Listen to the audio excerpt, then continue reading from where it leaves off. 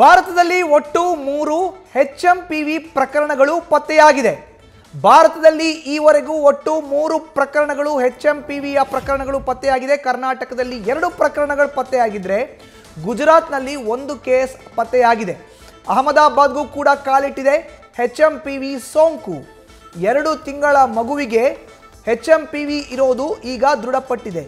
ಭಾರತದಲ್ಲಿ ಒಟ್ಟು 3 ಮಕ್ಕಳಲ್ಲಿ HMPV ವೈರಸ್ ಪತ್ತೆಯಾಗಿದೆ. ಭಾರತದಲ್ಲಿ ಚೀನಾ ವೈರಸ್ ಪತ್ತೆಯಾಗಿದೆ. ಕರ್ನಾಟಕದಲ್ಲಿ 2 ಪ್ರಕರಣಗಳು ಪತ್ತೆಯಾದರೆ ಗುಜರಾತ್ನಲ್ಲಿ 1 ಪ್ರಕರಣ ಈವರೆಗೂ ಪತ್ತೆಯಾಗಿದೆ. ಹಾಗಾದರೆ ICMR ಹೇಳಿದ್ದೇನು ಅನ್ನೋದನ್ನು ನೋಡೋದಾದರೆ HMPV ಈಗಾಗಲೇ ಭಾರತ ಸೇರಿದಂತೆ ಜಾಗತಿಕವಾಗಿ ಎಲ್ಲೆಡೆ ಕೂಡ ಹರಿದಾಡ್ತಿದೆ. HMPV ಜೊತೆ ವಿಶ್ವದಲ್ಲಿ ಉಸಿರಾಟ ಸಮಸ್ಯೆ ಆ ಒಂದು ಕೇಸ್ಗಳು ಬಹಳ ಹೆಚ್ಚಾಗ್ತಾ ಇದೆ. ಈಗಾಗಲೇ ಬೇರೆ ಬೇರೆ ದೇಶಗಳಲ್ಲೂ ಕೂಡ HMPV ಕೇಸ್ ವರದಿಯಾಗ್ತಾ ಇದೆ.